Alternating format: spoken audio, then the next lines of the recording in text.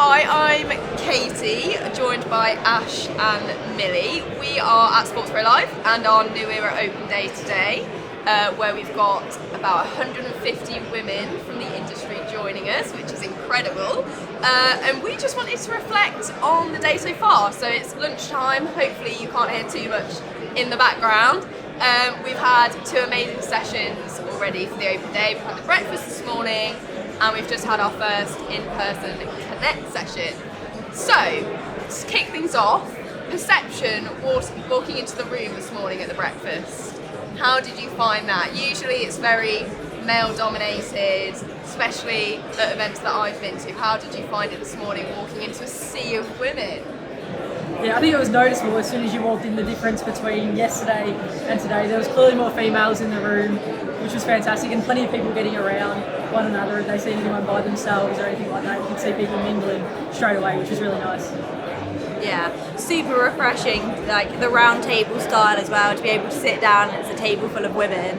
But also on the other side, like to see men in the room as well, like it's an important discussion to have with both parties. I thought that in the session that we just had on mentorship, the fact that it wasn't just a room full of women, which would have been great, but actually the men are showing up, they're interested, they want to know how they can be allies and things like that. So yeah, it's great. Yeah, it was really awesome to see. I mean, I went and had a sneak peek from the front, and it was nice to see that it was about 70%, 60% women, but seeing all the men there as well and actually engaging in the panel and listening was incredible. But on that session, Melissa was speaking about how when she started out in the industry, they had the likes of Sue Barker who were sort of paving the way for the women now, and that this isn't just a new era, it's not just a new thing. Like those sort of women in the industry who have made it to the top, they've been here for years. So do you feel more confident seeing those sort of women where they're at now? Like how did you feel? Like did you have those sort of people that you used to look up to or still do? Like Ash, Millie? Yeah, definitely. I think I've been really fortunate in my career to probably feel nothing but supported most of the time, and I can't imagine that the potential challenges and things like that they faced, and then all people at that level always still seem to be so generous with their time and generally willing to help others around them. So I definitely think we probably do have it a little bit easier than what others did before us, but it doesn't mean that there's no work to do. And I think days like today, where we're fostering men and women coming together and really working towards that, and just making sure that in the future it's not even mentioned, it's just how we work. So no doubt getting better due to people like that. Yeah, I watched a session yesterday with Dawn Aries, and she said it's well known saying, if you can't see it, you can't be it. And I do think it's repeated often, but I think that there's so much weight to it. Like even in our small company, having a female on the SLT, knowing that the path has been trodden before you. Something that I thought was really interesting earlier as well in that session, saying, does it feel like a burden to be one of those trailblazers? And okay, kind of, but actually it's a privilege. But it can only be a privilege, and it can only be important if you've got people behind you that are coming, that are going to be able to benefit from the path that you're treading. So yeah. Cool. And like coming into the sports industry, perhaps one for you initially, Ash. How did you know you wanted to work in sports? Was it these trailblazers like Sue Barker that you saw growing up, or was it more the athlete side of things that sort of you're like, yeah, I want to do that? Yeah, for me, I always knew that I wanted to work in sport from basically when I was deciding what career I wanted outside of high school, and I've been fortunate enough to be able to do that since I left university. I think it's been a mix of both. I think we're all really fortunate enough to work in an industry that's literally the passions of billions and billions of people around the world. Like people coming to work every Monday morning talking about what we do, which is really nice. So no doubt, yeah, the females that are in senior leadership have definitely sort of helped and inspired me along the way. But I think just as an industry, we're really fortunate to work in that, and things like equality and that sort of stuff. We've got such a big platform to be able to push it and make sure that that's not just the sporting world, but the entire world that we live in. Yeah, for sure. Millie, I know it's a bit different for you. You've just come out of a drama degree.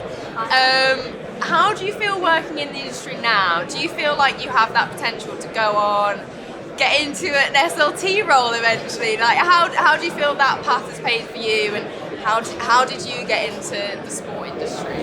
Yeah, so I feel like SportsPro has massively facilitated a lot of my growth. Like, I joined SportsPro without having gone to university yet, and I sat down with the CEO and I asked him if I wanted to go for 3 years and get a degree, but wanted to carry on working, whether it would be possible, because I knew it was something that I wanted to do, and he allowed me to do it. I went part-time, I was supported throughout those 3 years, and then I was welcomed back with open arms. I was promoted, I was given a new set of responsibilities.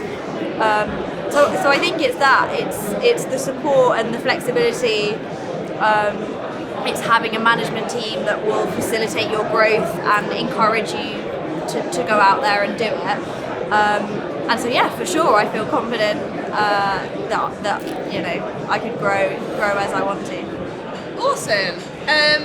Another takeaway from the session this morning was actually from Chloe, who is our GB boxer. She was talking about how if a female in the industry makes a misstep or makes a mistake, it is spotlighted by the media, basically by everyone. If it's a pronunciation issue with a name or anything like that. But if a male makes that sort of mistake, it is overlooked. It's sort of like, oh, that's just one of those things, it happens. Has that happened to you? Do you feel like there is a perception now already that, oh, she's bound to make a mistake? How do you feel about that? Yeah, I think it's definitely similar in Australian sports media as well. There's been plenty of female commentators who, in my opinion, are amazing and great at what they do, and you know, it's something that they do makes the news and the papers for the next 3 weeks that their male counterparts would never happen. For me personally, I probably haven't experienced that, but definitely the perception side of things, of walking into a room and the assumption that maybe you're not a senior person within the business, or that you know you're a female, so what do you know about a particular sport and things like that. You definitely feel that. I think the things that make it easy to get over and sort of water off the duck's back is probably the support that you get internally, because those outside perceptions, I think, you know, still have a long way to go. Yeah, I think it's also maybe being expected to make a mistake, or decisions that you're making being questioned more than if a male counterpart had made them, and why it is that happens, and kind of picking it up and being resilient to it, but also challenging those people and challenging that environment. Lovely. So moving on to our second New Era dedicated session today, we've just had our in-person Connect session on female empowerment. So we were joined with Alex Willis and her mentor Mick from when she was at Wimbledon, as well as 2 of our class members, Laura and Noka. So this is obviously the first time, well, I say obviously, it's the first time that Noka and Laura have spoken at a SportsPro event. I think for Noka it might actually be the first that she's spoken at any event, which was great. And that's the whole point of this open day, especially, is spotlighting you guys. So being in this interview, the visibility that you're getting, as well as all the mentoring, how have you found that so far? Yeah, it's been like a massive 6 months to be a part of the program. Like, I think we're all really grateful for the support that SportsPro and the collective have provided as a part of that. It's been so nice to come together over the last few days. I think there's 9 of the 12 of the class here, and quite a few from the steering group as well. So to meet everyone in person, we've now got a network of 23 amazing leaders from around the world that we can lean on at different times. But I think specifically around some of the activities of the last few days, you know, like Charlie spoke at the breakfast this morning. There would have been 300 people in that room, I think, if not more. And you know, she did such an amazing job, and she clearly deserved to be up there talking about something that she's such an expert in. And unfortunately, that opportunity may not have come around unless she was a part of this program. So yeah, it's a massive, good work to you in particular, Katie, who's done so much to organise that. But also, you know, for Charlie and for all of us today who are getting that sort of exposure that I think probably is deserved, but may not have been happening, is really exciting for what the next 12 months for that group looks like. Yeah, for sure. And Millie, I mean, you've been to quite a few of SportsPro's events now. How have you found it seeing more women on stage, like not only in the audience today but on stage as well? Yeah, it's been great. I think having women on stage naturally attracts women in the audience as well, so it like works, you know, both sides. Like even from, if I put myself in the shoes of a delegate, looking at the agenda and deciding what sessions to go to, there are loads that I am really drawn to because of who's on stage. So yeah, it's been great. A nice change. And then finally, I also want to talk about the mentoring, because that's a big part of the programme as well. So personal experiences of mentoring that you've received, or coaching I'd rather say, or being on the other side of it and actually coaching yourselves or mentoring yourselves. Yeah, I think again through the New Era program, I've been really fortunate enough to spend all that time with the steering group. So I think I've had 5 or 6 sessions and everyone's been so generous with their time, and they've all been a little bit different in how they run. Some are sort of giving us a little personal project to go work on, some's just a chat and we can talk about some of the challenges and successes that we've had that are similar. And I think yes, I think Laura spoke about this morning as well. Like she's probably never had like a really official mentor, but I think she called it a personal board, which I really like just a group of people that you can engage with, and when you've got big decisions to make, that you can go ask those questions. So that's really exciting, and yeah, I hope that as time goes on I can do that for other people as well, and you know, help them make those sort of decisions. Again, really fortunate enough with my team back home that I think we've got a good enough relationship, and they're going to go on and do amazing things, no doubt. Millie, what's your experience so far with mentoring, coaching? I say this, it's more just having someone in the workplace just that a you friend. can talk to, right? Yeah, because it doesn't have to be necessarily work related. It's just sort of having someone that you're comfortable talking to about anything. I mean, I think culture at SportsPro is fantastic for that. I think that we have plenty of people, if not everyone, that you can like bounce different ideas off of and be encouraged. I feel very lucky for my direct manager to be John.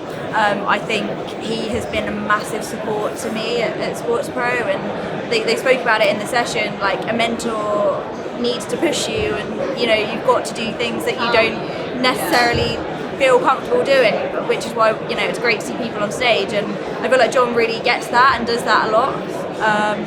And so yeah, I think Yeah, I mean, I know John will probably listen to this. John is also my manager. I can advocate for what Millie has just said. So yeah, it's great to see him. I think we have that in every male and every female at SportsPro. So we are very lucky, and hopefully we're telling everyone this. Hopefully everyone listening will probably be able to do the same in the future.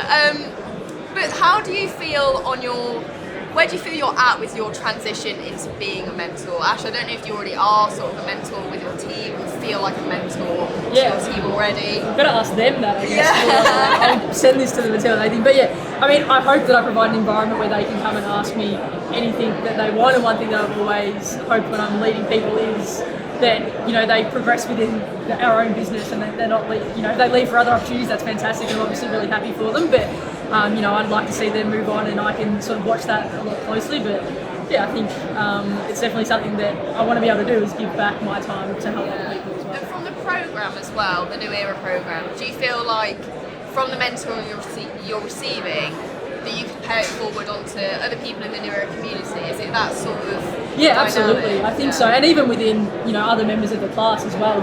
These last few days, we've just had, it's been so nice to hear about what they do, and there's already people connecting other people and things like that. And I think that all comes under that banner of mentoring. So there's a lot of opportunities there for all of us, and no doubt some of that class will be becoming formal mentors very soon, and I think all of us will become informal in some ways as well. Great, really? Yeah, what struck out to me in that last session, there was a question about like how to become like a day-to-day, like how you can, you know, put mentorship or being an ally into the day-to-day, and that idea of challenging environment or people or recognizing someone. I feel like anyone can do that. So you may feel that you haven't got enough experience, or you're too young, you're too fresh in the role, but actually those things don't matter if you're challenging something, if you're recognising someone. So I thought that was really interesting. You don't have to be on the board like with years of experience to support the movement, which is cool. Yeah, and I think it was Alex that said it. Like, it takes 5 seconds to say well done. We use. I was going to say we use Microsoft Teams. I don't know if I can say that. We have a company-wide platform that we use where I think most weeks there's something in there shouting someone out from the company.